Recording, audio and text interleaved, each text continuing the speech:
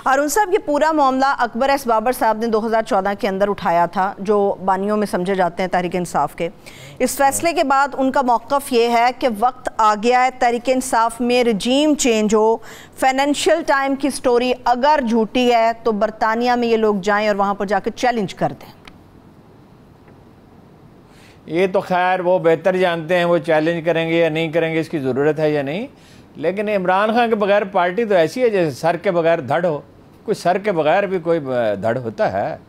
तो वो तो पार्टी के में कोई 0.01% लोग भी नहीं मानेंगे कि इमरान खान के बगैर हो। शायद कोई एक आध लीडर किसी की ख्वाहिश हो या दो की हो, लेकिन ये तो एक ऐसी चीज़ है ना जो एक मफरूज़ा ही है। ये अमलन तो ये मुमकिन नहीं है। लेकिन अरुण साहब, इसका मुतालबा तो मौजूदा गवर्नमेंट भी कर रही है, नून लीग भी कर रही है। आज ख्वाजा आसिफ साहब भी ये बात कर रहे थे कि सारी दुनिया करे। हाँ, नहीं, सारी दुनिया करे जो चीज़। मैं तो आपको ये बता रहा हूँ, ये अमलन मुमकिन ही नहीं। एक चीज़ नामुमकिन है, तमाम लोग लग जाएं, सारी दुनिया के लोग लग जाएं। इस वक्त सारी दुनिया चाहती है ना पेट्रोल सस्ता हो, खाने पीने की चीज़ें सस्ती हों, बहरी जहाज़ों के किराए कम हों। लेकिन कुछ चीज़ें होती हैं, हालात का जबर होता है। सही, वो उस जबर के साथ आप जीते। ये मुमकिन ही नहीं है जो सारी दुनिया का है। मतलब तमाम लोग, कोई जितने भी उनके हामी हैं पीटीआई के मुखालिफ, सारे इकट्ठे हो जाएं, बल्कि बाकी दुनिया भी उनके साथ शामिल हो जाए। नहीं हो सकता, एक काम नहीं हो सकता। इसी को तकदीर किस चीज़ को कहते हैं? इसी को कहते हैं। सही है, ठीक है। लेकिन हारून साहब, ख्वाजा आसिफ साहब ये फरमा रहे थे असम्बली फ्लोर पर, वो कह रहे थे बेटे से तनख्वाह नहीं ली थी तो नवाज शरीफ जो पार्टी के सरबराह हैं, कायद हैं, उनको नाअहल कर दिया गया। इलेक्शन कमीशन का इतना सख्त फैसला आया तो डेफिनेटली इमरान खान साहब को डिनाई करनी चाहिए। नहीं, अगर हम इस बहस में पड़ जाएंगे, ड्रैग कर जाएगा, मौजू से हम हट जाएंगे।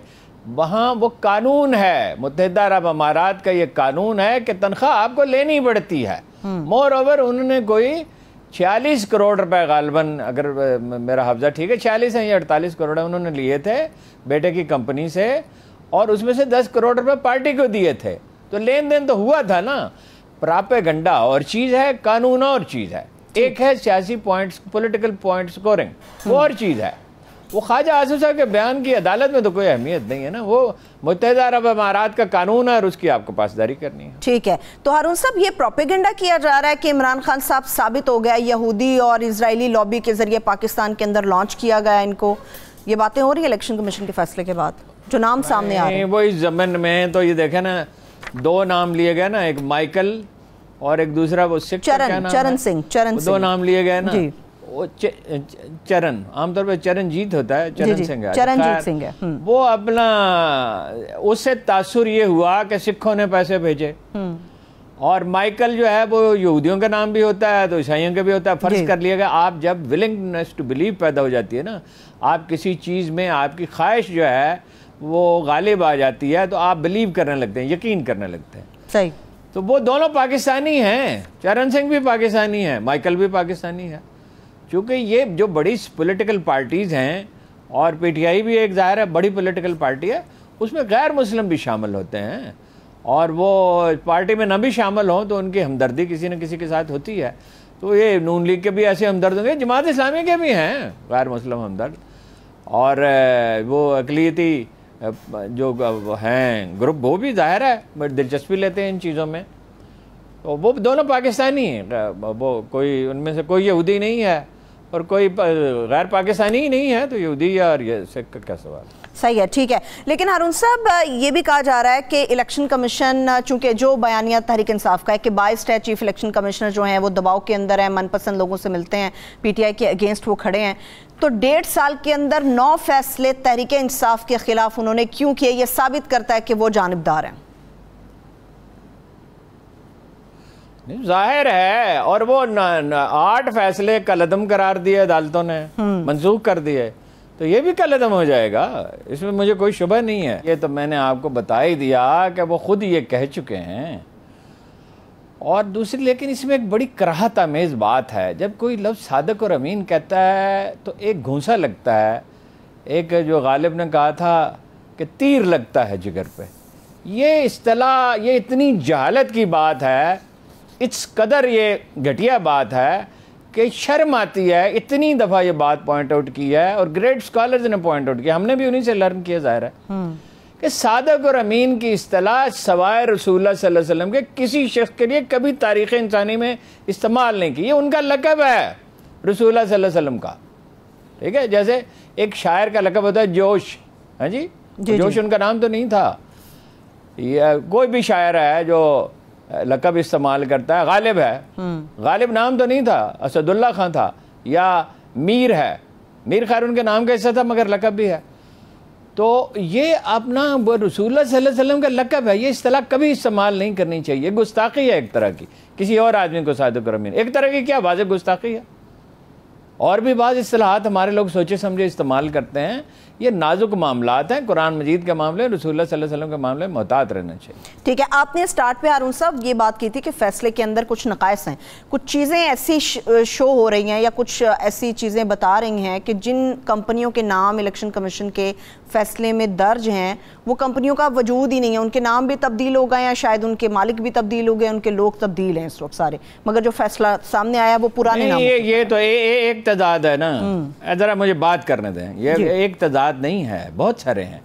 मसलन ये कि ये गैर मुल्की कंपनियां हैं, अब जो कंपनियां खुद उन्होंने बनाई, जो वहाँ की कानून, जो वहाँ कानूनी तकाजा है कनाडा में और अमेरिका में, कनाडा और अमेरिका के कवानीन मिलते जुलते हैं, वो पड़ोसी मुल्क हैं और ज़ाहिर है कनाडा कोई सुपर पावर नहीं है तो उसके ज़ेर साया है, तो वो उनके कवानीन अगर आप देखें तो आपको महसूस होगा कि बहुत चीज़ों में यकसानियत पाई जाती है और मिलते जुलते हैं कम से कम।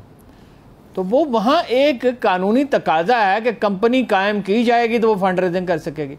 अब वो पीटीआई के लोगों ने कायम किया, उनको गैर मुल्की कंपनियां कैसे कहा जा सकता है?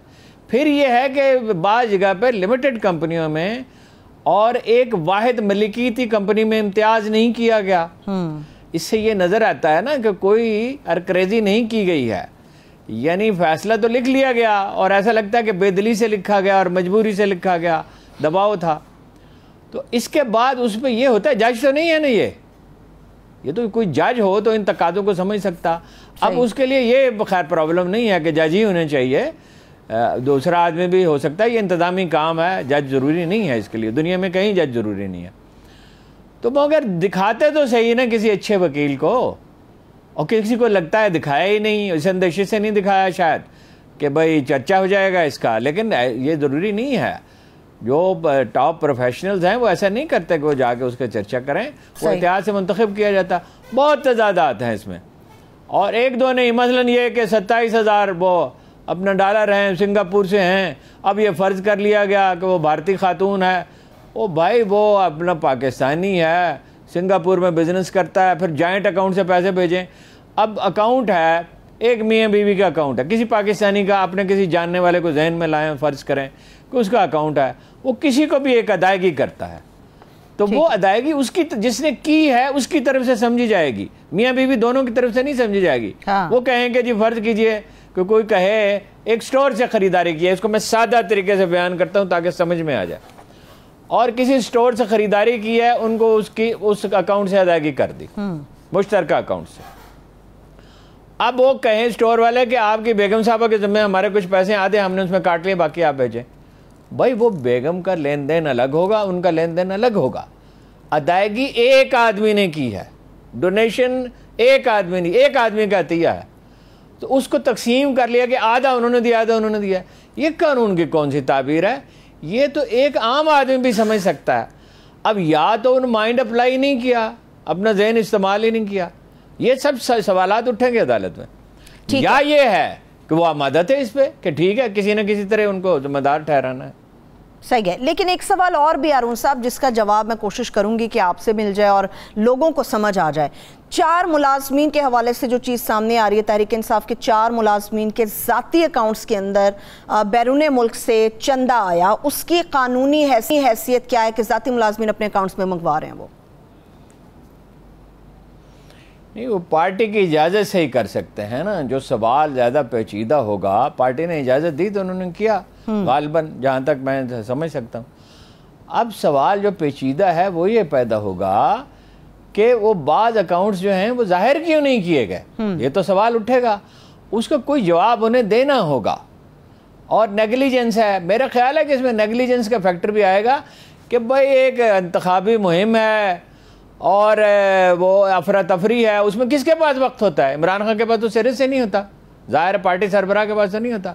जो लोग देख रहे हैं वो उन्होंने इसको पूरी संजीदगी से नहीं लिया कि इस तरह का कोई केस इससे पहले तो आया है नहीं। सही, यानी इतने संगीन मामलात हुए कि ये जायदाद है नवाज शरीफ साहब की अरबों रुपए की, और ये सरे महल है, और ये जनाब स्विट्जरलैंड में अकाउंट है, और ये हार है, और ये फलां चीज़ है फलां चीज़ है, तो उसमें तो कभी कार्रवाई हुई ही नहीं।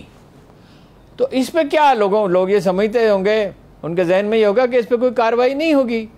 लेकिन ये ज़ाहिर है अगरचे जवाज़ नहीं है, तो वो इस तरह के सवाल तो ज़ेर बहस आएंगे और अदालत इस पर फैसला करेगी। असल में देखना ये होता है कानून की स्पिरिट क्या है, ये बनाया किस लिए गया है कानून, उसको अगर देखा जाए कि इसका मकसद क्या है, कानून के मकसद को देखा जाए तो इसका बहुत इम्कान नज़र आता है कभी दूसरे अवामिल के अलावा कि वो PTI के खिलाफ कार्रवाई नहीं होगी, और इमरान खान के खिलाफ तो बिल्कुल ही नहीं होगी। पार्टी के अकाउंट है, इमरान खान के ज़ाती अकाउंट नहीं है।